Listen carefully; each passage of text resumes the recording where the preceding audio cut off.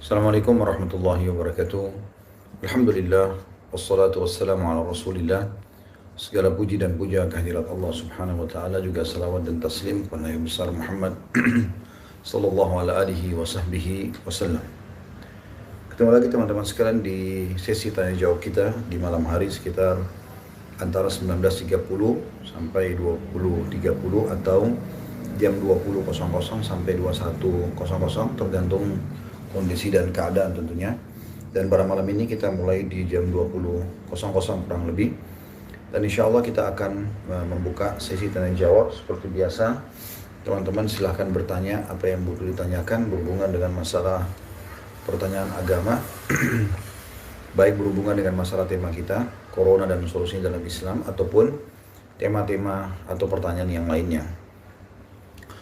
Berhubungan dengan apa yang kita bahas tadi siang, yaitu kita sempat membahas masalah cuka atau al-khal yang Nabi SAW menyampaikan kalau itu adalah rajanya lauk ya. Kemudian juga kita sudah membahas mayones atau mustard juga, dan kita sudah membahas anjuran Nabi SAW berhubungan dengan masalah itu dan manfaat-manfaatnya. Kemudian juga kita sudah membahas garam dan juga bagaimana Nabi SAW menyebutkan tentang keutamaannya. Dan perlu saya garis bawahi sebenarnya teman-teman sekalian, cukup banyak yang bisa dibahas ya, apalagi berhubungan dengan masalah herbal ini. Hanya saja saya sekali lagi hanya fokus kepada apa yang disebutkan dalam Al-Quran dan juga hadis Nabi SAW, dengan tujuan tentunya bagaimana saya bicara sesuai dengan bidang yang mungkin saya pelajari, yaitu bidang agama, menyebutkan tentang dalil yang ada, baik itu ayat Al-Quran ataupun hadis Nabi SAW. Jadi contoh misalnya manggis. Contoh manggis itu adalah buah yang enak, mungkin manfaatnya sangat banyak.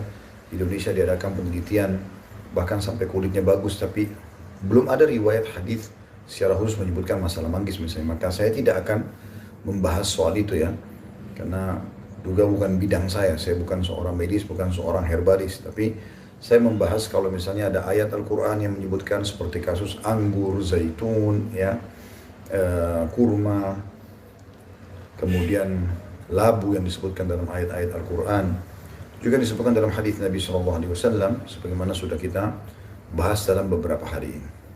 Saya mengingatkan kepada teman-teman sekalian, kalau Corona insya Allah akan berlalu. Hanya saja kita seperti orang yang sedang ujian sekarang. Dan dengan kita ujian ini, sekarang kita diberikan lembaran kertas. Allah subhanahu wa ta'ala satu waktu akan mengangkat atau mengambil kertas ujian kita itu. Beruntunglah orang yang berhasil mengisi dengan kebaikan-kebaikan. Dan tentu saja dia secara otomatis juga akan lolos ya, dan akan punya panduan hidup serta pengalaman hidup baru setelah dia berhasil dari ujian ini.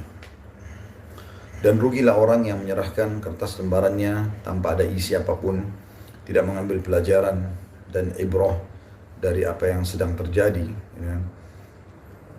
Juga contoh yang lain sebenarnya teman-teman sekalian, seperti kita sekarang orang yang sedang berolahraga, dan Allah subhanahu wa ta'ala mudahkan misalnya dengan olahraga ini, kita berhasil membentuk otot-otot kita, dan Masya Allah sudah bugar, sudah atletis gitu kan. Namun sayangnya setelah berlalu masa pelatihan, kita nggak pernah lagi latihan, maka tentu badan kita akan kembali melar dan juga rusak, seakan-akan kita belum pernah olahraga sebelumnya. Jadi ini saya kasih contoh bagi orang yang tidak mengambil pelajaran dari apa yang terjadi pada wabah Corona ini. Tadi siang sudah sempat saya bacakan bagaimana Allah subhanahu wa ta'ala mengirim tanda-tanda kebesarannya dengan tujuan untuk membuat manusia itu sadar atau tunduk dan patuh kepada hukum Allah subhanahu wa ta'ala. Dalam surah Al-An'am surah nomor 6 ayat 42 sampai 43. Maaf, sampai 44 tadi kita baca ya. 42 sampai 45. Saya membacanya kurang lebih 3-4 ayat tentang masalah Allah memerintahkan kita untuk menjadikan cobaan-cobaan yang dia kirim dan didatangkan sebagai ibrah dan pelajaran. Baik teman-teman sekalian, kita akan coba bacakan pertanyaan yang masuk insya Allah.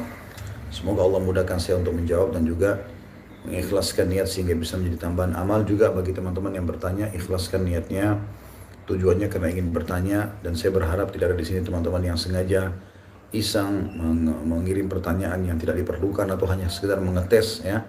Karena kita di sini hanya saling berbagi. Saya juga bukan orang lebih pintar daripada Anda, tapi saya menjalankan firman Allah SWT. Bahkan kita semua. A'udzubillahi minasyaitonirrajim. Fadzakir fa inna dzikra tanfa'ul mu'minin. Saling memberikan peringatan karena peringatan bermanfaat sekali bagi orang-orang yang beriman. Juga menjalankan sabda Nabi SAW, ad-dinun nasihat, agama ini semua isinya nasihat. Baik, pertanyaan pertama di sini yang akan saya bacakan. Saya ingin bertanya, ketika binatang meninggal, itu masuknya ke neraka atau ke surga? Saya tidak tahu soal itu.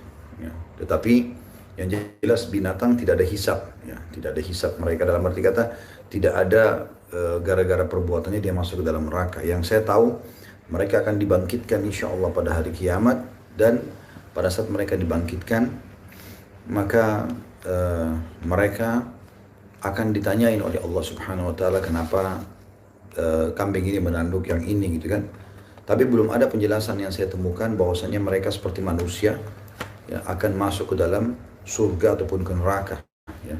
Walaupun di surga ada penyebutan tentang adanya hewan-hewan di sana ya. Tapi yang saya ketahui Allah alam ini hewan-hewan yang memang Allah sediakan fasilitas di surga dan berbeda, bukan hewan dari dunia itu sendiri. Assalamualaikum warahmatullahi wabarakatuh. Saya bertanya, setiap saya berdoa terkadang saya merasa bosan, tapi saya takut dosa dan bercampur bosan, Ustaz. Gimana caranya agar kita meninggalkan rasa bosan itu? Saya balik bertanya dulu, kenapa Anda bosan dalam berdoa? Sebabnya apa? Apakah memang Anda hanya niat untuk menjalankan sebuah rutinitas sehingga muncul kebosanan ya? Seperti umumnya ibadah, kalau sholat, puasa gitu kan. Kalau kita membaca Al-Quran, berzikir, masuk dalamnya doa, kalau Anda memang niatkan dari awal hanya untuk mengisi waktu, hanya sebuah rutinitas saja, maka nanti otomatis akan seperti itu. Akan ada kebosanan yang muncul. Tapi kapan Anda tidak bosan? Kalau Anda mengejar keutamaannya. Oleh karena itu, saya sangat menganjurkan diri saya dan teman-teman sekalian, pada saat Anda akan melakukan sebuah kebaikan, maka lakukan kebaikan itu dengan niat bahwasanya Anda memang betul-betul ya, mengejar keutamaannya. Misalnya kita sholat karena ingin mengejar keutamaan sholat, kita puasa karena ingin mengejar keutamaan puasa, kita berdoa karena ingin mengejar keutamaan berdoa. Sampai kata Nabi SAW, sesungguhnya doa itu akan bermanfaat, ya, akan bermanfaat sekali, baik sudah dilihat hasilnya atau belum. Karena dasarnya memang dia ibadah, tetap akan memberikan manfaat kepada kita. Kalau Anda masih ingat tentunya, kalau sempat ikutin ya, saya pernah menyampaikan sebuah riwayat Nabi SAW, nanti akan datang hari kiamat, orang-orang yang memang dia diberikan pahala bergunung-gunung. Dan saking dia tidak tahunya dari mana, dia bertanya, dari mana ini? Gitu. Ya. Dari mana ini? Maka para malaikat mengatakan, ini doamu atau ini pahala doamu yang belum kau terima jawabannya di dunia. Pada saat itulah Nabi SAW berkata, mereka, orang-orang ini berharap agar semua doa yang pernah mereka sampaikan di dunia belum dikasih balasannya di dunia. Mereka berharap dibalas di akhirat karena besarnya pahala itu. Artinya tidak ada alasan untuk jenuh dan bosan, karena memang kalau Anda kejar keutamanya dan Anda yakin, Anda lihat hasilnya atau tidak di dunia, Anda akan dapat tetap di akhirat dalam bentuk pahala yang bergunung-gunung. Maka itu luar biasa. Bahkan kata Nabi SAW, la yaruddul qadha illa doa, tidak ada yang bisa menolak takdir kecuali doa. Jadi dia akan bermanfaat sekali doa itu. Karena dia sendiri adalah ibadah. Cukuplah teman-teman sekalian, doa itu definisinya adalah komunikasi seorang hamba dengan Tuhannya.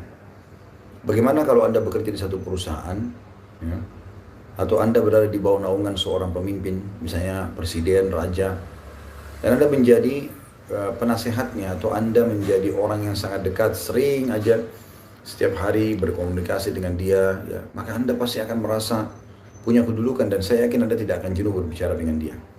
Tanpa kita samakan Allah SWT dengan makhluknya, kita tidak boleh jenuh dengan Allah SWT, karena dia yang memberikan kita kehidupan, dia mematikan, dia memberikan rezeki, dia menikahkan, dia memberikan keturunan, dia segala-galanya. Allahu ala kulli syai'in qadir. Bahkan kaum salafus saleh sangat bahagia bila mereka punya kesempatan untuk komunikasi dengan Tuhannya. Nabi SAW dikatakan kalau lagi ada masalah yang beliau hadapi, maka yang pertama beliau lakukan adalah langsung berdoa, sholat dan berdoa. Jadi jangan pernah punya rasa bosan, kecuali memang Anda hanya jadikan sebagai rutinitas.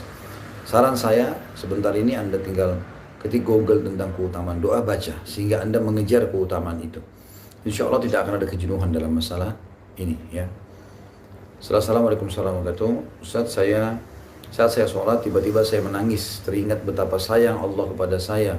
Padahal saya banyak berbuat maksiat. Apakah menangis saya di saat sholat bisa membatalkan sholat saya? Pertama sekali, ini adalah tanda-tanda keimanan. Jadi kalau Anda bisa menangis pada saat ibadah, atau Anda bisa menangisi dosa yang pernah Anda lakukan, itu adalah tanda-tanda keimanan. Ya, itu dulu. Yang sisi yang lain, jawabannya untuk pertanyaan ini adalah, apakah batal sholatnya? Jawabannya tidak. Jawabannya tidak. Karena banyak orang subhanallah mau menangis tapi nggak bisa. Biar dia mau menangis tapi dia nggak bisa. Jadi orang kalau bisa menangis karena mengingat dosanya, karena terharu, bisa beribadah, bisa merenungi nikmat Allah, itu adalah sebuah karunia yang luar biasa. Itu insya Allah tidak batalin sholat. Assalamualaikum warahmatullahi wabarakatuh. Saya merasa sholat saya lebih khusyuk di masjid. Namun karena sedang wabah kita dilarang ke masjid dan saya merasa kehilangan kualitas sholat saya. Mohon nasihatnya Ustaz. Orang mukmin, akhi dan ukhti, sholat dimanapun dia akan tetap khusyuk. Dia akan merasa kenikmatan. Ya. Karena Nabi SAW mengatakan, innama ju'ila li arda masjidan wa tahura. Allah telah jadikan untukku, kata Nabi SAW, ya, masjid bumi ini semuanya masjid dan juga tempat untuk bersuci. Artinya dimanapun orang sholat sebenarnya harus dia khusyuk. Ya. Masalah Anda rindu dengan masjid itu adalah karunia, iman dalam hati. Tapi harusnya Anda bisa khusyuk dimanapun Anda berada. Ya, saya sarankan teman-teman jangan kurung dirinya di bingkai kehidupan yang dia buat sendiri. Misalnya dia berkata, saya kalau tidak minum kopi pagi hari kepala saya pusing misalnya. Maka ini bisa mengganggu nanti, betul-betul dia akan pusing gitu kan. Jadi biasa saja, saya sholat dimanapun saya akan khusyuk. Jadi mau kita sholat di rumah kita, mau kita sholat di rumah keluarga kita lagi silaturahim, mau kita sholat di kantor kita, mau kita sholat di musola atau di masjid, semuanya sama. Khusyuk harusnya ada. Tapi tentu kita tidak bisa pungkiri masjid jauh lebih baik daripada rumah, ya, terutama di sholat wajib. Tetapi kalau di sholat sunnah, Nabi SAW menekankan agar kita sholat di rumah. Kata Nabi SAW, sesungguhnya sholat seseorang yang kalian lebih afdal dia kerjakan di rumahnya kecuali sholat wajibnya. Artinya memang kita dianjurkan untuk sholat tahajud, sholat duha, sholat qobliyah, sholat ba'diyah, sholat taubat, wudhu di rumah. Nah, seperti itulah. Assalamualaikum warahmatullahi wabarakatuh. Mohon doanya anak dan istri cepat dikaruniai keturunan. Saya mau bertanya, adakah wirid khususnya? Semoga Allah SWT kabulkan niat Anda dan semoga Allah Subhanahu wa taala memberikan keturunan yang salih dan salihah. Kalau wirid khusus saya tidak tahu, tapi Anda cukup beristighfar dan memohon kepada Allah SWT. Yang tidak kalah penting adalah Anda harus bersangka baik kepada Allah Subhanahu wa taala, bersangka baik. Jadi kalau Allah belum karuniakan, alhamdulillah. Allah karuniakan, alhamdulillah. Kita nggak ada memungkiri takdir Allah. Lebih tahu kenapa Anda belum dikasih, kenapa Anda sudah dikasih. Atau kenapa Anda dikasih, kenapa si fulan tidak dikasih. Atau terbalik, kenapa dia dikasih, kenapa saya tidak. Allah Maha tahu. Ada orang memang belum saatnya dia dikasih anak. Allah SWT tahu. Mungkin dia belum bisa mengurusnya dan seterusnya. Ada juga yang Allah sudah kasih anak dan terus menerus. Karena Allah tahu dia bisa menjaga amanah itu. Jadi saran saya, nikmati prosesnya. Tetap ikhtiar, tawakal ala Allah, ya. Selain ikhtiar secara agama dulu, berdoa, beristighfar, mohon ampun kepada Allah, minta agar orang-orang soleh mendoakan, kemudian ikhtiar, pindah makan makanan yang sehat, terutama masalah kesuburan berhubungan dengan kurma, rutok terutama. Kemudian seperti sudah kita bahas, ya, ada madu, ada habbatus sauda, ada zaitun, yang bagus sekali sebenarnya yang dikonsumsi. Kemudian baru Anda ikhtiar secara medis insya Allah. Semoga Allah kabulkan niatnya.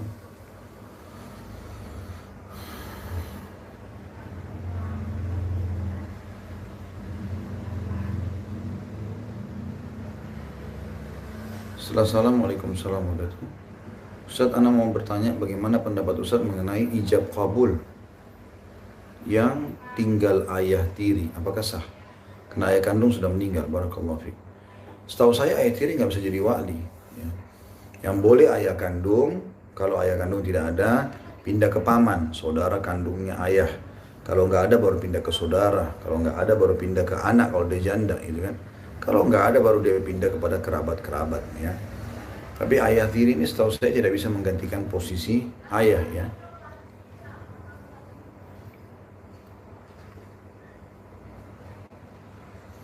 Assalamualaikum warahmatullahi wabarakatuh. Ustaz, apa hukum kalau dalam keadaan begini kita pulang kampung? Di satu sisi saya merantau jauh dari istri dan orang tua. Mohon sarannya Ustaz. Anda lihat kondisi dan keadaan. Kalau memang sifatnya Anda harus ya pulang, dalam arti kata memang di Jakarta, misal contoh kalau di Jakarta, Anda nggak punya pekerjaan, Anda terganggu dengan itu. Anda tidak punya pekerjaan, Anda terganggu dengan itu. Nah sekarang harus bagaimana lagi? Karena memang seperti itu keadaannya ya. Harus Anda ya, meninggalkan pekerjaan itu. Maka di sini silahkan. Anda boleh saja tentunya ya, pulang. Karena kalau tidak Anda jadi pengangguran misalnya di Jakarta. Kan begitu. Tetapi kalau seandainya Anda bisa saja tidak pulang dulu. Tidak pulang dulu, misal. Anda bisa saja tinggal dan menunggu dulu redahnya keadaan situasi semua ini, maka itu sangat positif. Lebih baik Anda ikuti saran pemerintah untuk mengisolasi diri dulu. Ya, Allahu a'lam. Itu yang saya ketahui.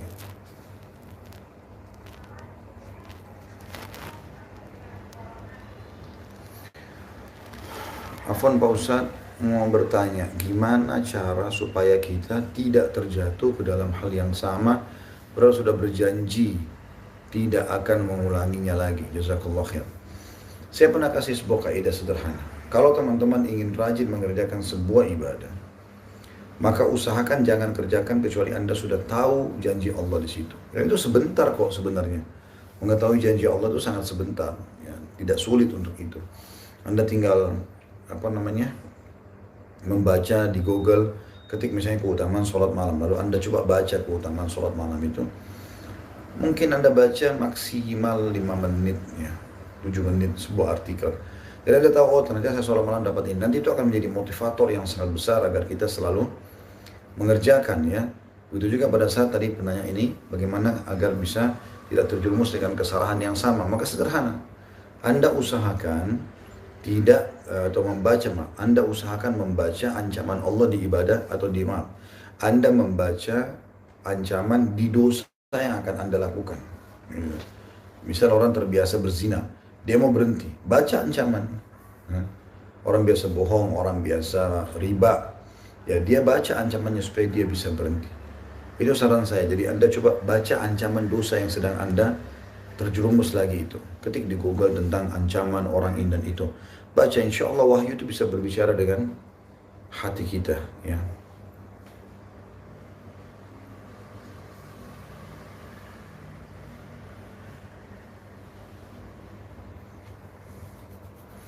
Bagaimana cara kita menyikapi orang-orang yang men-share tentang hadis, barang siapa yang mengingatkan bulan Sya'ban maka dijauhkan dirinya dari api neraka, itu bagaimana Ustaz? Yang saya tahu, sebatas tahu saya, hadis-hadis tentang masalah nisfu Sya'ban itu umumnya lemah, ya. Umumnya lemah, terutama yang berhubungan dengan amalannya, ya. Satu-satunya hadis yang mungkin masih dibahas oleh para ulama adalah kalau tiba di nisfu Sya'ban, bulan Sya'ban, Allah Subhanahu wa taala melihat ke hamba-hambanya, kemudian Allah memaafkan orang yang tidak punya permusuhan di antara mereka. Tapi amalan khusus tidak ada. Tapi kalau amalan bulan Sya'ban banyak, ya. Nabi SAW memperbanyak puasa di bulan Sya'ban, dan Nabi SAW pada saat itu juga menemani Aisyah yang sedang membayar utangnya. Nah, Aisyah pernah punya utang Ramadan belum terbayar di bulan Sya'ban, maka Nabi SAW juga berpuasa sekalian, ya. Kemudian juga Anda kerjakan semua amalan-amalan yang lain yang nanti akan memudahkan Anda di Ramadan mengerjakannya, seperti sholat malam, baca Quran, ya, zikir. Karena dia adalah bulan betul-betul transisi yang mendekati atau melekat dengan bulan Ramadan yang harus kita full ibadah gitu kan.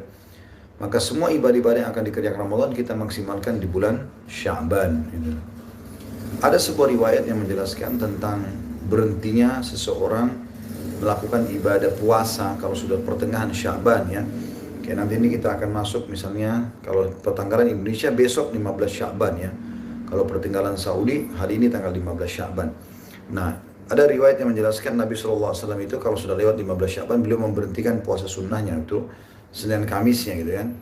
Tapi ulama mengatakan ini bukan berarti tidak boleh berpuasa, terutama bagi orang yang sudah rutin kayak puasa Daud, dan juga bagi orang yang mau membayar utangnya, maka itu dianjurkan dia justru untuk berpuasa ya. Setelah salam, saya seorang ayah, apakah saya mendapat pahala membesarkan dua anak saya dan yang saya besarkan dari lahir? Karena saya nikahi ibunya setelah dua anak itu lahir. Sekarang sudah hijrah. Saya kurang paham yang dimaksudnya. Kalau Anda maksudkan adalah Anda nikahi seorang janda yang punya anak dua dan Anda urus dari bayi ya. Ya karena di sini dikatakan saya seorang ayah, apakah saya mendapatkan pahala membesarkan dua anak saya yang saya besarkan dari lahir karena saya nikahi ibunya setelah dua anak itu lahir. Sekarang sudah hijrah. Yang saya tangkap sekarang mungkin adalah anak zina mungkin ya. Anda berzina, kemudian Anda punya anak dari seorang wanita, setelah dua anak ini lahir baru Anda menikahi istri Anda sekarang ya. Bisa kasus itu atau memang Anda menikahi janda yang membawa anak ya. Dan Anda urus dari bayi. Kalau kasus pertama teman-teman sekalian yaitu Anda berzina dulu, kemudian setelah dua anak mungkin kumpul kebo dan seterusnya, apalah istilahnya. Setelah itu Anda boleh ikut pengajian, Anda mulai sadar, Anda lalu menikahinya sebagaimana bahasa ini sekarang sudah hijrah. Maka apakah mendapatkan pahala atau tidak ya? Saya tidak bisa menjanjikan pahala dari membesarkan anak itu sendiri karena mungkin ini bisa saja Allah Maha Kuasa untuk itu ya. Tapi yang jelas perbuatan Anda dalam melakukan perzinahan itu haram. Itu berdosa, Anda harus taubat nasuha. Dan semoga saja insya Allah kalau Anda sudah bertaubat, mudah-mudahan Allah Subhanahu wa taala catat semua pengorbanan Anda menjadi pahala, termasuk kalau Anda taubat anak itu bisa dinisbatkan kepada Anda insya Allah.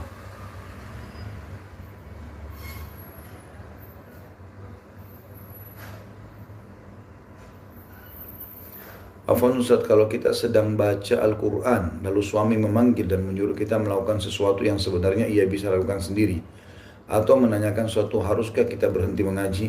Ya, harus. Wajib malah. Karena membaca Al-Quran hukumnya sunnah. Melayani suami hukumnya wajib.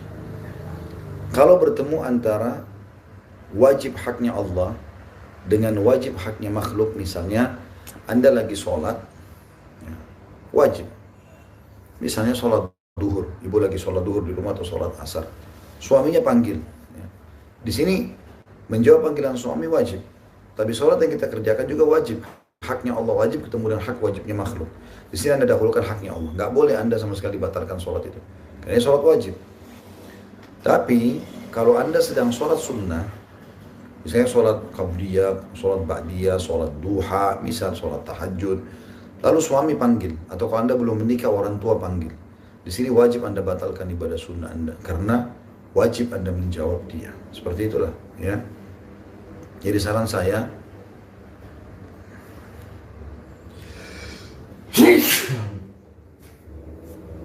mohon maaf, alhamdulillah. Jadi saran saya, Anda tetap menjawab panggilan tersebut, lalu kemudian Anda kembali mengaji lagi, ya. Karena memang Aisyah berkata radhiyallahu anha, hai para istri, kalau seandainya kalian mengetahui besarnya hak kalian yang sudah Allah atau hak suami kalian yang sudah Allah bebankan pada kalian, maka kalian akan mengambil debu kaki suami kalian dan kalian letakkan di pipi kalian. Dan juga ada seorang wanita bernama, bukan bernama ya, tapi dia bibinya Imran ibn Husain, begitu dalam riwayat disebutkan, tapi nggak disebutkan namanya wanita ini siapa, setahu saya. Ya, maka dia lagi datang ke rumah Aisyah lalu bercerita tentang suaminya dan umumnya keburukan yang diceritakan. Maka eh, Nabi SAW lewat lalu berkata begini, hati-hati dengan ucapan, karena suamimu surgamu atau nerakamu. Sulitnya apa? Ibu penuhi dulu, gitu kan? Ibu harus bersyukur kalau suami masih minta tolong. Berarti Allah masih berikan kesempatan Anda mendapatkan pahala dari permintaan tolong dia, walaupun dia mampu melakukannya. Ya. Ini mirip dengan bagi penanya, ibu yang penanya ini, mirip dengan bagaimana kalau Anda belum nikah lalu ayah Anda minta sesuatu dan ayah Anda bisa ambil sendiri misalnya. Kita diambilin koran, dan diambilin air, dia mampu ambil sendiri. Tapi dia minta tolong. Apa yang Anda lakukan? Anda suruh orang tua ambil sendiri? Kan nggak mungkin. Sementara setelah Anda menikah, suami di atas ayah. Kalau ayah Anda mengatakan datang jemput saya, suami mengatakan jangan keluar, yang mana Anda dahulukan? Suami. Nggak boleh Anda ikutin ayah Anda. Seperti itu keputusannya. Ya. Baik. Selanjutnya saya baca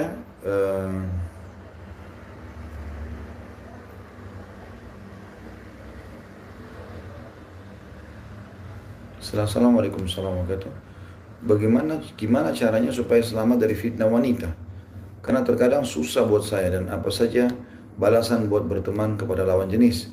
Dan mohon doanya agar saya bisa cepat menikah. Nah, jawabannya di akhir kalimat Anda ini. Saya baru mau bilang itu. Anda ingin selamat dari fitnah lawan jenis, yang pertama lakukan adalah menikah. Selama Anda bisa, menikahlah. Ya, karena kata Nabi SAW, siapa yang menikah, man tazawwaja faqad dhamina nisfa dinahu. Dia telah menyelamatkan setengah agamanya. Falyattaqillah fi nisfil baqi. Maka dia harus bertakwa kepada Allah di setengah yang tersisa. Maksudnya apa? Setengah agamanya aman, kenapa? Karena fitnah terbesar bagi laki-laki adalah perempuan, fitnah terbesar bagi perempuan adalah laki-laki. Kapan dia menikah, ada tempat pelampiasan biologisnya yang halal, maka secara otomatis dia akan teredam itu, ya, fitnah wanita. Yang kedua, Anda harus menghindari ikhtilat, bercampur baur antara laki-laki perempuan kecuali darurat. Ya. Anda berusaha supaya jangan sampai Anda berinteraksi sama mereka kecuali darurat sekali. Darurat di pasar, tetangga, tiba-tiba sapa, mungkin darurat. Anda di kantor harus melaporkan sesuatu dan ada wanita, itu mungkin. Itu pun teman-teman harus, kalaupun terjadi, ya, maka jangan berduaan. Ikhtilat, orang bercampur baur itu biasanya umum. Tapi kalau dia sengaja, walaupun di keramaian dia sengaja dempet-dempet, sengaja memang mengundang syahwatnya, maka jadi haram. Sementara juga di sini tidak boleh khalwat, ya, berduaan saja, sengaja berduaan. Maka itu tidak boleh, kata Nabi SAW, kalau laki-laki dan perempuan berduaan, yang ketiganya syaitan, gitu kan. Kemudian yang keempat, Anda turunkan yang ketiga maksud saya. Jadi yang pertama itu menikah. Yang kedua adalah jauhi ikhtilat, bercampur baur, terutama khalwat kalau berdua-duaan. Dan yang ketiga, gudul basar, turunkan pandangan dari yang haram. Jadi jangan sengaja kalau ngomong menatap matanya, melihat hidungnya, melihat bibirnya, jadi hanya tidak tertarik dan gitu. Maksud dalam masalah poin 3 adalah turunkan pandangan dari tandapan tontonan-tontonan yang haram. Karena tontonan ini akan mengundang syahwat kita. Sebenarnya teman-teman, syahwat kita ini kalau tidak dipicu tidak ada, tidak terpicu dia. Dia beda seperti rasa lapar, rasa haus yang memang dia muncul kita nggak bisa bendung. Tapi kalau syahwat bisa. Ada orang menduda, menjanda bertahun-tahun bahkan sampai meninggal. Padahal mereka sudah pernah rasakan biologis, itu tidak apa-apa. Karena memang dia tidak pikirkan itu, dia tidak coba picu. Tapi ada orang yang masih gadis, masih bujang, terpengaruh selalu syahwatnya karena tontonannya selalu yang begitu. Ya. Yang keempat, jauhi komunitas. Ya. Komunitas memang yang selalu begitu. Jadi teman-teman Anda jangan yang pacaran sana, pacaran sini. Begitu ketemu dengan Anda, dia datang sama pacarnya, gandeng-gandengan, lagi peluk-pelukan, lagi ciuman. Anda melihat itu, ya susah. Kita pun manusia, kita kan peka, kita bisa terpengaruh dengan itu. Oh ya enak ya, oh coba ya, oh begini ya. Apalagi kalau dia sengaja godain, sengaja tunjukkan, dia cium depan Anda, dia peluk, dia bermanja-manja. Kan ini semua mempengaruhi itu. Itu saran saya. Dan yang terakhir, yang kelima, berdoa. Minta agar Allah Subhanahu wa ta'ala hilangkan fitnah wanita. Ada seseorang salafus saleh, dia berdoa begini. Dia mengatakan, sesungguhnya yang paling saya khawatirkan dalam hidup saya adalah fitnah wanita. Maka saya minta kepada Allah agar syahwat saya tidak muncul kecuali kepada pasangan halal. Dan Allah kabulkan. Sehingga kalau saya melihat wanita yang bukan mahram saya, tidak ada beda antara dia sama tembok. Enggak terpengaruh. Tapi kalau sama pasangannya dia ada syahwatnya. Dan itu bisa terjadi. Itu bisa terjadi. Ya, seperti itulah. Saya baca selanjutnya dari Instagram ya. Tadi saya sudah baca dari YouTube. Ya. Handphone sebelah kanan saya YouTube. Sudah saya jawab tadi beberapa pertanyaan. Sekarang saya pindah ke Instagram. Pendapat sholat id di rumah gimana Ustaz? Saya tidak pernah tahu ada sholat id di rumah. Yang saya tahu adalah kalau sudah diputuskan oleh pemerintah tidak boleh sholat id misalnya, ya gugur hukumnya. Ya, gugur hukumnya. Jadi dikerjakan secara rame-rame di lapangan. Itu dicontohkan oleh Nabi alaihi salatu wassalam. Ya. Sebatas mana kewajiban ayah tiri terhadap anak tirinya dalam hal nafkah dan nasihat, dan apakah ayah tiri menanggung dosanya jika anak tiri berbuat maksiat? Kalau nafkah sebenarnya tidak ada kewajiban khusus ya, tapi dia punya kewajiban memberikan istrinya yang janda misalnya. Nah di sini nanti tentu dia harus punya pertimbangan, janda ini sendirian atau bawa anak. Kalau dia menikah dengan yang bawa anak, ya sudah, dia harus pertimbangkan. Yang wajib orang tuanya iya, tapi kan istrinya harus membiayai anaknya. Tidak mungkin dia biarkan itu. Maka sunnahnya adalah dia memberikan juga kebutuhan anaknya. Tapi yang wajib adalah istrinya di sini. Yang wajib adalah istrinya ya. Kalau apakah ayah tiri bertanggung jawab terhadap anak tirinya, maka jawabannya tentu saja di sini kalau berada sama dia, misalnya di rumahnya tinggal ya, di bawah naungan dia sekarang menjadi pemimpin rumah tangga. Kalau dia biarkan bermaksiat, maka ya dia bertanggung jawab. Atau dia sengaja mengajarkan perbuatan-perbuatan bebas sehingga anak tirinya menjadi bebas, pergaulannya dia bentuk menjadi itu, maka dia berdosa.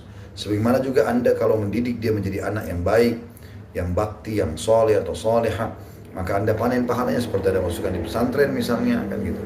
Seperti itulah.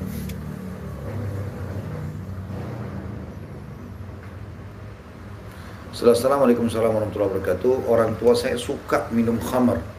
Menurut beliau itu menyehatkan. Tapi beliau tahu kalau itu haram. Apakah kami sebagai anak ikut terkena dosanya Ustaz? Pertama sekali kalau ada orang mengatakan khamar menyehatkan, ini aneh. Mana buktinya? Datangkan bukti secara syar'i, secara medis. Gak akan mungkin ada. Nggak usah bicara agama kalau beliau tidak mau bicara agama. Bicara secara medis. Ada dokter yang bilang minum alkohol itu sehat. Kalau ada itu dipertanyakan itu. Yang kita tahu malah kalau Anda pergi ke praktek dokter, sampaikan kepada ayah Anda. Bukankah ayah kalau orang masuk ke dokter, maka yang pertama ditanya, apakah Anda berokok? Ya. Dan apakah Anda minum alkohol? Kalau jawabannya iya, ini jarang sekali dokter perlu periksa lagi. Sudah tahu sumber masalahnya dia. Tapi kalau dia bilang, oh saya nggak merokok, oh saya nggak minum yang beralkohol, di situ baru dokter periksa, mungkin ada masalah lain.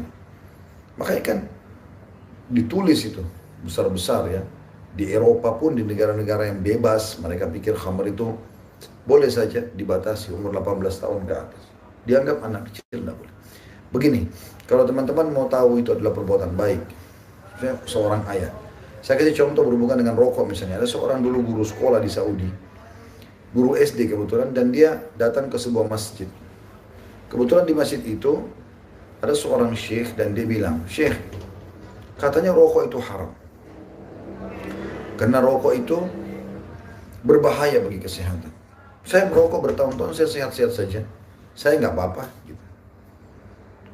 Maka kata syekhnya, baiklah. Kalau kau menjawab mengatakan rokok itu sehat, kena kau merokok? Dia bilang iya. Baik, istrimu merokok nggak? Dia bilang tidak. Anakmu? Tidak. Kalau kau beli rokok nanti, belikan juga buat istri anakmu dan kasih mereka. Kalau perlu bayi yang baru lahir juga kasih rokok, kan kau anggap baik. Maka dari situ dia bisa tangkap, oh iya dengan akal sehatnya, kalau ini baik pasti akan kita bagi-bagi. Berikan kepada istri, berikan kepada anak, rokoklah semua satu rumah. Fitrahnya orang, subhanallah, saya punya dulu paman, alhamdulillah dia sudah berhenti merokok. Dia sebelum berhenti merokok, dia kalaupun merokok dia bilang, saya nggak bisa merokok dalam rumah. Saya nggak tega kalau anak istri saya menghirup udaranya. Dia tahu itu secara fitrah. Gitu kan. Contoh saja, begitu juga dengan khamr. Kalau baik, ya kasih istri anda, kasih anak anda. Yang baik pun kalau perlu jangan susu, kasih khamr. Itu kan secara fitrah, berarti memang dia tidak baik secara alami. Jadi itu bukan alasan. Kalau apakah anda dapat dosanya, tentu tergantung. Kalau anda melihat beliau membuat kemungkaran, anda tidak ingatkan. Misalnya, anda mengatakan, ayah maaf, saya khamr itu tidak boleh. Dan ini haram karena Allah SWT berfirman begini. Sudah kau nggak usah campuri, kau masih anak kecil. Ya, terima kasih. Yang penting kita sudah sampaikan. Kalau anda sudah amar ma'ruf nahi mungkar, sudah menegakkan kebenaran dan melarang kemungkaran walaupun sekali, kewajibannya kan sekali, maka berarti sudah gugur tugas anda. Yang kedua, yang ketiga, yang keempat, yang ke-1000 amar ma'ruf nahi mungkar itu adalah sunnah hukumnya. Ya. So, saya mau bertanya, saya mau meminta maaf dengan teman saya, tapi teman saya tidak mau memaafkan saya dan dia malah mengumbar aib saya di media sosial. Gimana saya menyikapinya? Mohon penjelasannya Ustaz. Itu risiko anda berbuat salah memangnya. Subhanallah, kita teman-teman sekalian usahakan jangan pernah punya musuh. Karena kadang-kadang musuh itu datang karena kita sendiri yang munculkan gitu. Kenapa harus punya musuh? Kenapa harus buat masalah sama orang? Manfaatnya apa? Gitu. Saya heran kadang-kadang orang yang hidupnya memang konflik. Dia tuh gejolak dalam hatinya. Masalah apa nih dia mau lahirkan? Dia mau sekalian melahirkan masalah. Untuk apa punya musuh? Gitu. Apa punya musuh? Nabi SAW saking tidak maunya punya musuh, beliau sampai orang munafik jelas-jelas memusuhi Nabi SAW. Lalu kadang-kadang kalau ada Umar bin Khattab, ada Khalid bin Walid, ada Sa'ad bin Mu'ad, pernah sahabat-sahabat Nabi mulia ini melihat ada orang munafik menyakiti Nabi SAW, langsung mereka hembuskan pedang sambil mengatakan, ya Rasulullah, perintahkan saya tebas lehernya orang ini. Dia sudah kurang ajar sama Nabi. Apa kata Nabi SAW? Jangan. Nanti orang-orang akan bilang Muhammad membunuh teman-temannya. Mereka masih mengaku muslim, masih mengaku sebagai sahabat. Saking luar biasanya Nabi menjaga agar jangan ada permusuhan. Sehingga orang-orang munafik pun jadi serba salah dengan Nabi, karena Nabi nggak balas keburukan mereka dengan keburukan. Kita harus menjadi orang yang cerdas, teman-teman sekalian. Menjadi orang yang luar biasa. Karena kalau ada orang yang ghibah kita, orang fitnah kita, lalu kita balas dengan yang sama, kita biasa berarti. Tapi kita harus menjadi orang yang luar biasa. Ya, bagaimana jadi orang luar biasa? Ya, kita tidak ikut-ikutan, jangan balas kebodohan dengan kebodohan, keburukan dengan keburukan, gitu ya. Itu dulu poin. Nanti saya akan masuk ke pertanyaan. Sekarang, Anda sudah terlanjur buat salah, terjadilah permusuhan itu. Anda sudah minta maaf, ternyata teman masih belum memaafkan. Anda harus jadi tanda tanya, kenapa dia belum maafkan? Apa sebabnya? Nah, bisa saja mungkin bobot kesalahan Anda lebih besar daripada permintaan maaf Anda. Karena banyak orang begitu, subhanallah. Jadi dia pun minta maaf terpaksa. Maafin saya ya, saya kemarin sudah gibah kamu.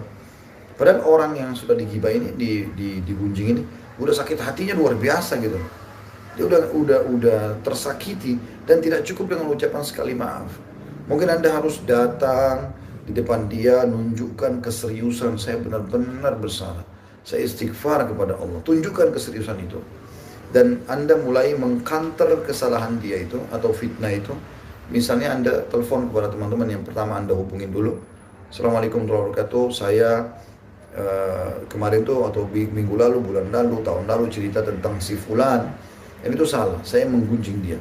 Saya bertobat dan istighfar, maka saya tarik perkataan saya. Nah, semenjak itu kalau teman Anda yang satu lagi terus menyebarkan aib itu, Anda sudah nggak tanggung lagi dosanya. Jadi orang juga melihat keseriusan kita seperti itu, ya. Insya Allah kalau Anda sudah memperbaiki itu, Allah punya cara kok memberhentikan dia untuk menyebarkan di medsos, ya. Bahkan mungkin bisa kembali bumerang itu kepada dia. Yang penting Anda muhasabah dulu, itu yang penting.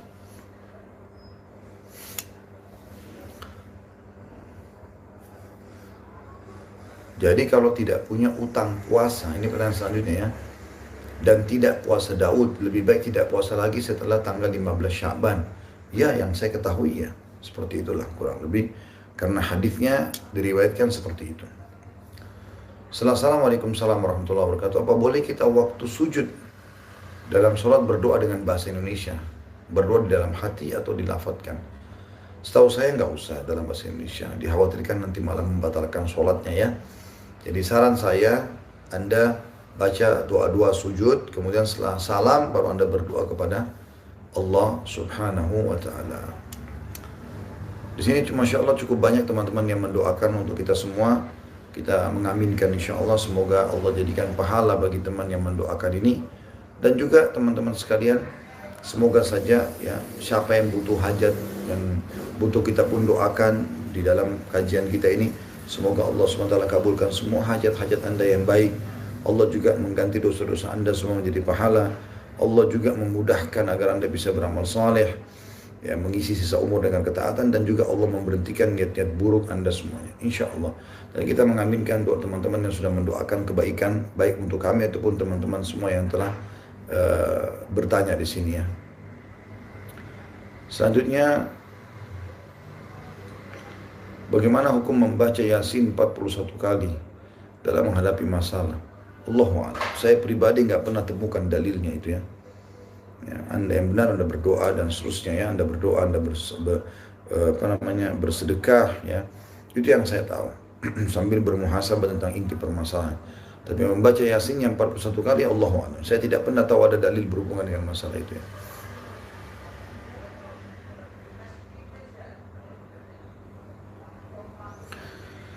Bagaimana cara melembutkan hati yang keras? Nah, benar, hati bisa keras. Bahkan Allah Subhanahu wa taala menyebutkan dalam Al-Baqarah, "Au asyaddu qaswah", bisa lebih keras daripada batu.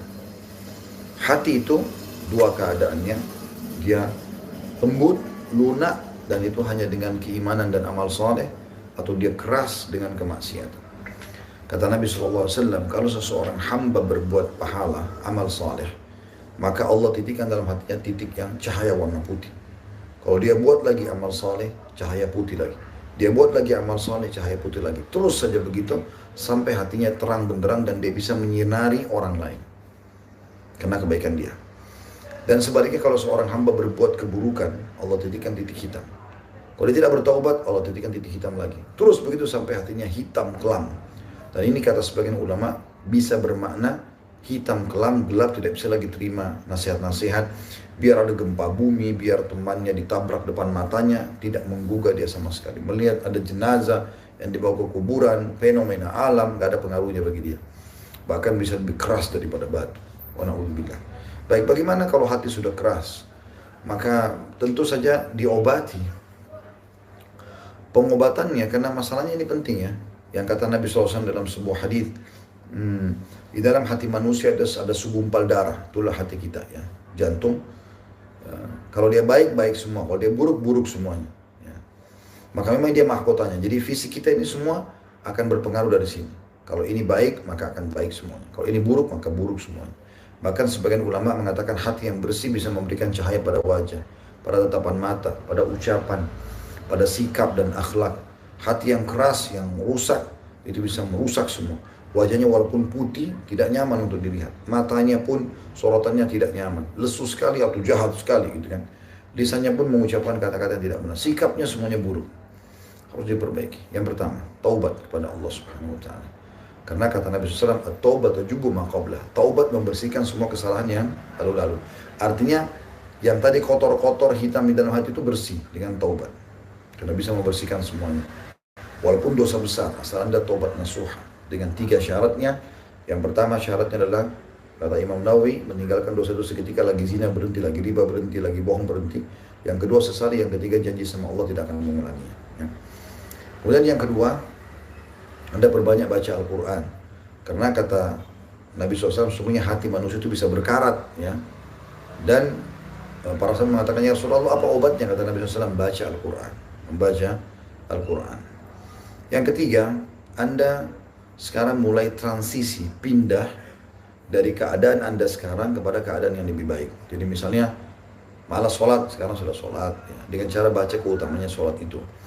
Anda berteman sama teman-teman yang buruk, Anda pindah kepada teman-teman yang baik. Anda dulu tidak pernah mengaji, baca Quran, sekarang Anda belajar baca Quran. Coba Anda transisikan. Insya Allah dengan itu hati Anda akan lunak. Insya Allah bi'idznillah.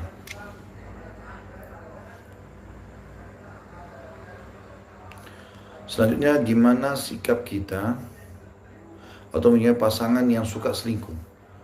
Sudah menasihati tapi tetap seperti itu dan diulang kembali. Kalau ini betul yang Anda sampaikan ya, karena saya cuma menjawab apa yang Anda sampaikan saja. Kalau betul apa yang terjadi, dia selingkuh, dan ingat makna selingkuh perbuatan zina. Jangan anggap selingkuh kalau orang menikah, poligami misalnya. Yang maksudnya adalah selingkuh, memang betul-betul dia melakukan perzinahan yang haram. Di sini Anda sudah nasihatin tidak mau, maka saran saya istikharah. Nasihatin berapa kali nggak mau dengar, istikharah. Minta sama Allah petunjuk, ini pernikahan dilanjutkan atau tidak. Sholat 2 rakaat caranya, ya. Berwudu yang benar, sholat 2 rakaat. Setelah salam, kalau Anda tidak hafal, ketik saja. Doa istikharah di Google. Keluar lagi, baca. Di antara maknanya kan, ya Allah, kalau perkara ini, pernikahan saya sama fulan atau fulana, baik untuk agama saya, ya, dunia saya, akhirat saya, maka mudahkan berkah. Kalau buruk, maka jauhkanlah saya darinya dan juga jauhkan dia dari saya. Dan tentukanlah takdir yang baik untuk saya dimanapun saya berada dan buat saya ridho. Maka Allah punya cara. Kalau dia memang masih baik sama buat Anda, Allah akan buat dia berubah jadi taubat. Kalau dia buruk, maka akan makin jadi dan Anda akan bercerai. Jangan habiskan umur pada pasangan yang tidak bisa diatur. Ya. Gak mau ikut ketaatan kepada Allah SWT, ya sudah, biarkan dia jalan. Bahasakan sama dia. Kalau tidak mau berubah, ya silahkan, tapi bukan dengan saya. Gitu kan gitu. Jadi jelas. Bagaimana bila membeli kitab tentang 4 madhab dan mempelajarinya? Saya sarankan jangan buru-buru dulu ini ya. Kalau Anda masih baru menuntut ilmu, belajar dasar, salah sholat, banyak buku-buku yang kecil, yang mudah untuk difahami. Nanti insya Allah kalau sudah terbiasa nanti, udah sering menuntut ilmu, baru Anda pindah ke itu. Ya, baru pindah. Saya punya buku fikih, judulnya itu memang fikih 4 madhab. Langsung disebutkan madhab fulan, madhab Hanafiyah mengatakan begini, Malikiyah mengatakan begini, Syafi'iyah begini, Hanabilah begini. Ada memang di situ dijelaskan. Betul. Tapi saya pun pada saat membaca, ya, saya butuh ilmu, background ini. Ini pada saat saya baca, kadang-kadang juga ada buku yang lengkap dengan ada yang lengkap dengan dalil, ada yang tidak lengkap dengan dalil, gitu kan. Ini butuh panduan guru, benar gak ini? Dan yang mana saya harus pilih? Padahal bertemu dengan di antara dalil-dalil tersebut, gitu kan. Maka ini butuh ilmu khusus ya masalah ini. Saya sarankan bertahaplah dalam belajar agama itu.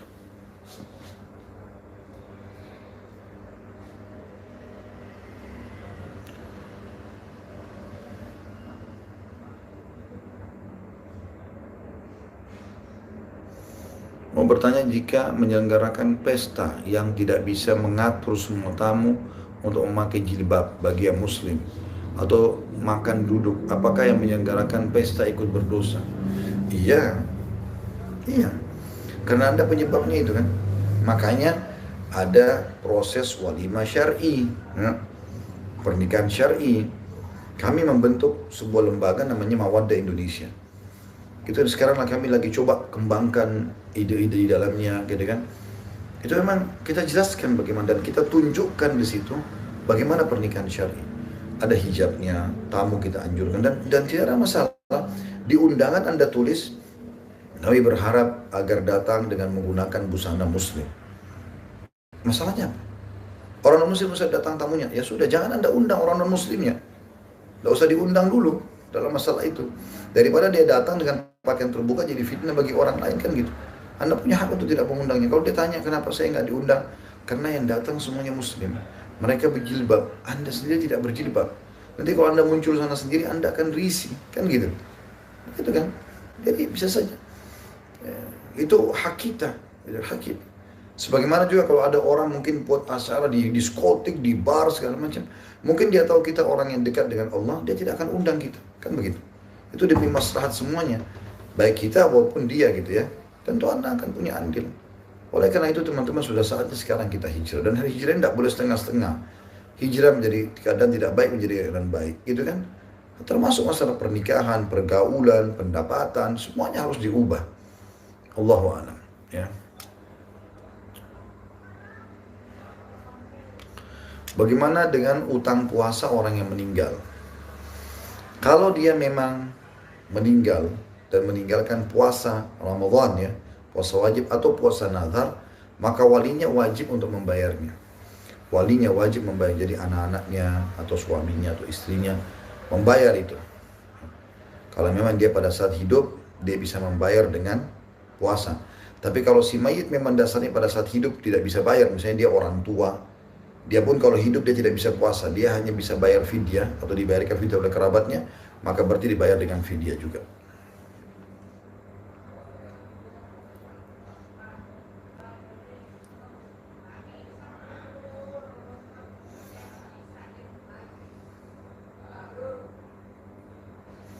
Assalamualaikum warahmatullahi wabarakatuh. Gimana caranya bersabar sebagai ibu dalam mengasuh anak?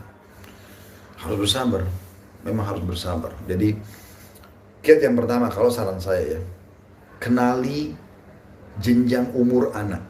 Itu dulu yang pertama. Jadi memang ibu yang bertanya ini dan semua muslim dan muslim yang sedang mendengar acara kita harus paham ini ya.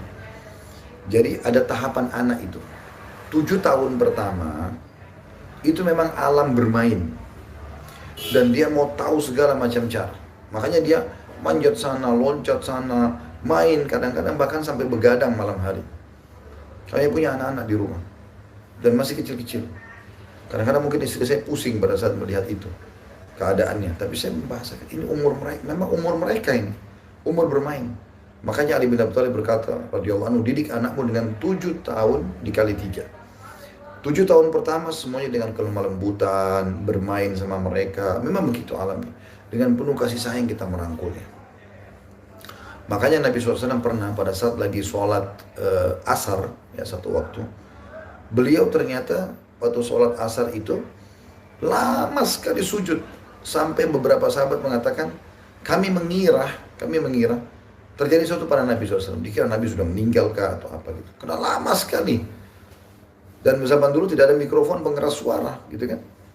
Maka Nabi SAW setelah lama sekali sujud beliau bangun, tahiyat lalu salam. Kata para sahabat, setelah salam kami baru mengetahui. Ternyata yang membuat Nabi SAW sujud lama tadi itu, karena di pundak beliau ada Hasan dan Husain.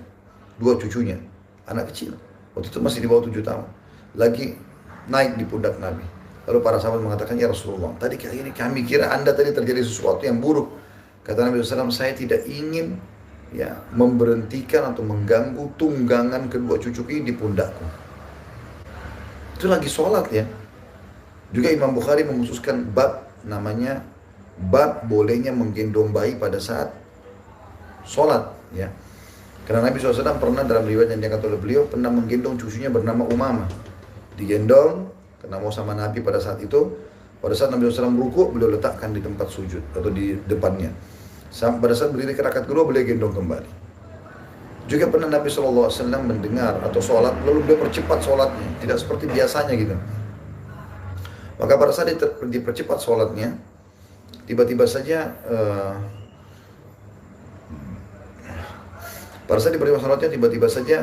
beliau salam, ada yang bertanya, ya Rasulullah, Anda tidak seperti biasanya sholatnya, maksudnya kok lebih cepat sekarang?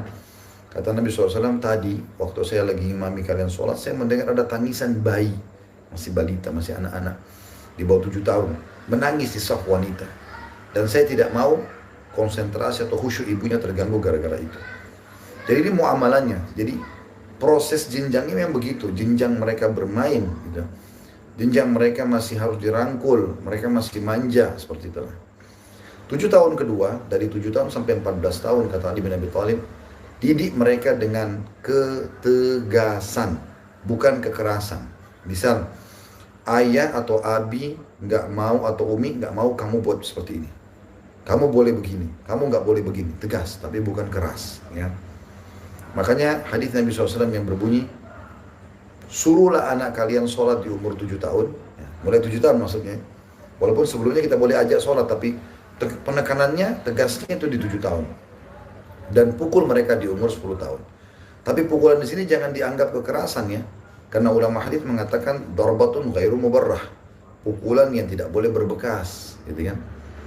Jadi tanamkan prinsip pada saat itu. Ini boleh, ini nggak boleh. Ini haram, ini halal, gitu. 7 tahun yang kedua, 7 sampai 14 tahun. 7 tahun Anda didik itu. Ini umur SD ini, sampai tamat SMP. Gitu kan. 7 tahunnya itu, kurang lebih. Sampai masuk SMA lah ya. SMA kelas 1, kelas 2 gitu. Kemudian 7 tahun ketiga, dari 14 sampai 21, ini jenjang mulai tamat SMA sampai 7 tahun ke depan, ya, sampai dia selesai kuliah, gitu ya. Di sini Anda ajak dia bermusyawarah. Kata Ali bin Abi Thalib, kalau kau sudah melakukan 3 tahapan ini, setelah 21 tahun lepaskan, dia akan jadi pemimpin di masyarakat. Nah, tapi yang saya masukkan sini adalah jenjangnya itu. Memang ibu harus sabar saatnya dia bermain. Yang kedua, pekalah, ibu harus pekah atau bapak yang bertanya ini,